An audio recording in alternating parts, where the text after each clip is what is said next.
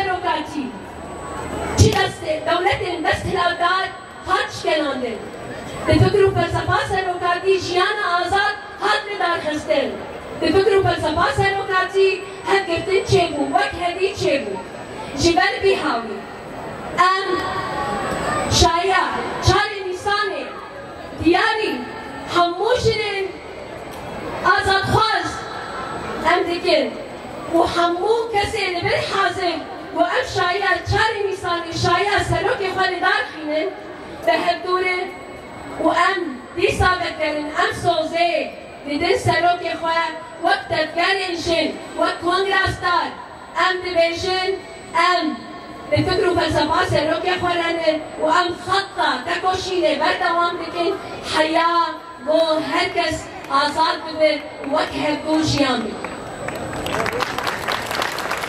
الجزيرة نهني جميع الشعوب بميلاد القائد. نرحب برسالة القائد التي كانت من أجل مسيرة الشباب في شمال كردستان، ونحن نوجه سلامنا الحار إلى جزيرة إبراهيم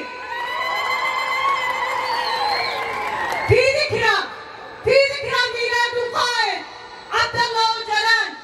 في هذا اليوم نحتفل بميلاد رجل عظيم، نحتفل بميلاد شخصية مناضلة قدمت الكثير، ليس فقط من أجل حقوق الشعب الكردي بل من أجل حقوق شعوب المنطقة بأسرها.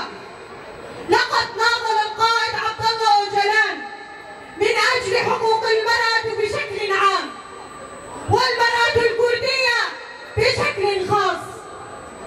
لقد ساهم في تحرير المرأة من التهميش والجهل، وقدم لها فكرا حضاريا يعزز مكانتها في المجتمع.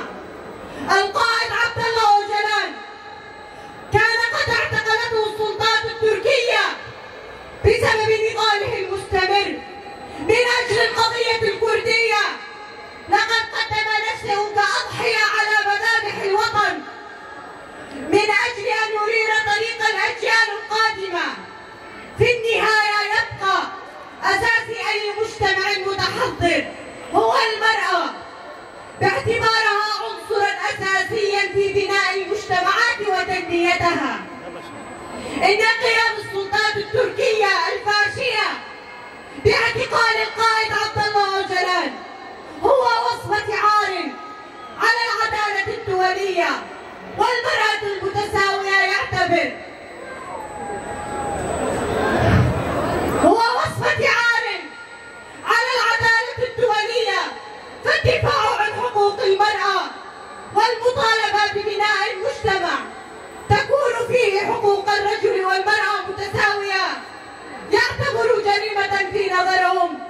كذلك ويعتبر النضال من أجل الديمقراطية والمساواة بين الشعوب جريمة، والمطالبة بوحدة الشعب الكردي تعتبر جريمة أيضا. وكذلك المطالبة بنظام اشتراكي يحفظ حقوق الشعب للعيش بكرامة ومساواة. الحق المشروع منذ الإزل وهو الدفاع عن النفس يعد جريمة أيضا في نظر هؤلاء الفاشيين. وهنا يحضرني بعض الأبيات التي تقول: خسأوا فما حبسوا أفكاري بل ألهبوا نار الشعوب. نار تؤجج لا تكبل بالسلاسل والقيود. نار جحيم للطغاة وزمرة للعسف البريد. شرف لأفكاري أن يغضوا مضاجع الخصم اللدود. فوالله أعجب لفكر يستثير الرعب في قلوب من بهج من حديد. عاشت إخوة الشعوب، عاشت الشعوب الديمقراطية، عاشت الأمة الديمقراطية، عاش القائد شوكة بعمق الأعداء.